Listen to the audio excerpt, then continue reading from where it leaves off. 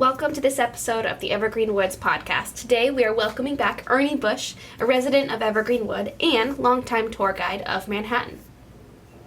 Well, today we're going to go to Staten Island. There are three places I'd like to tell you about.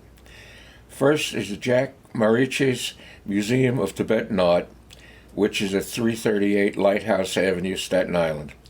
It's nestled into the side of Lighthouse Hill.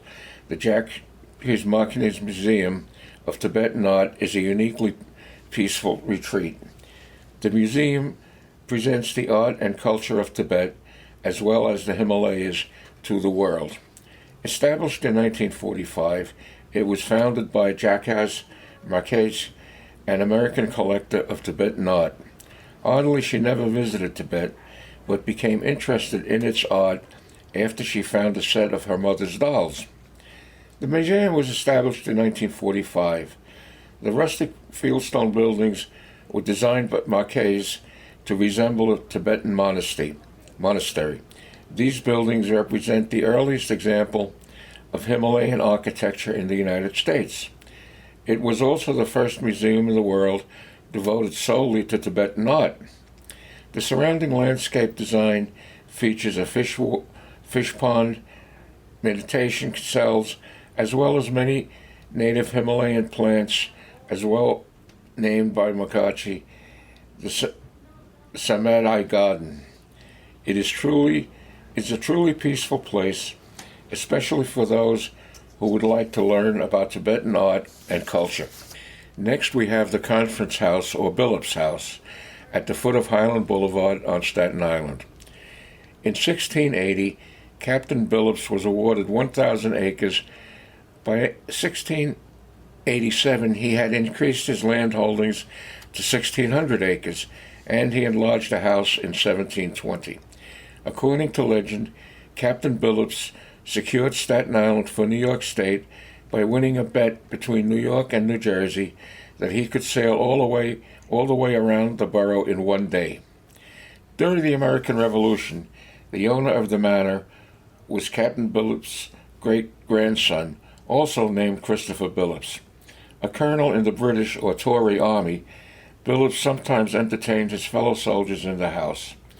On September 11, 1776, this house was the site of a conference between British Lord Admiral Richard Howe and founding fathers Benjamin Franklin, John Adams, and Edward Rutledge. The talks occurred just 2 months after the Declaration of Independence was signed.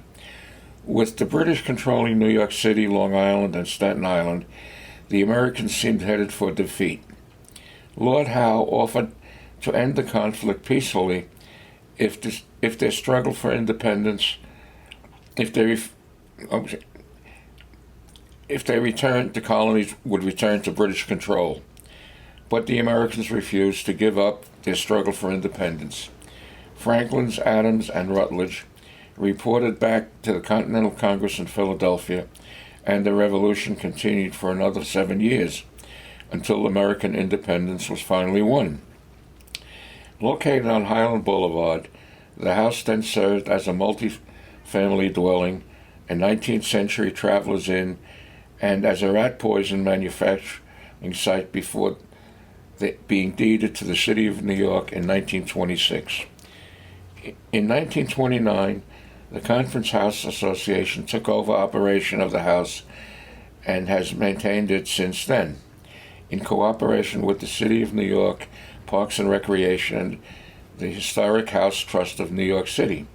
Today, Conference House is a historic site portraying life in the colonial times, situated on a 3.25-acre plot of Conference House Park.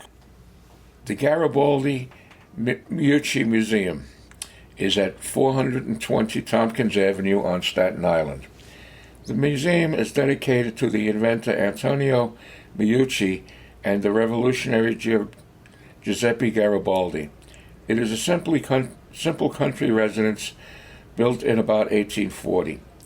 In about 1850, Meucci and his wife Esther began renting it. Shortly thereafter, when Garibaldi was forced to flee Italy, they invited him to take refuge there.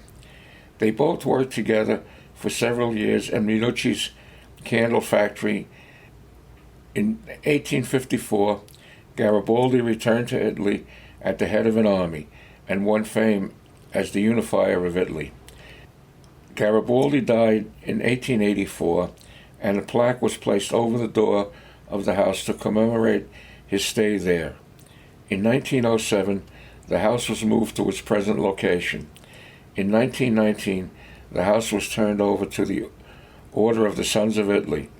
In 1956, the house was dedicated as the Garibaldi Munici Museum and open to the public.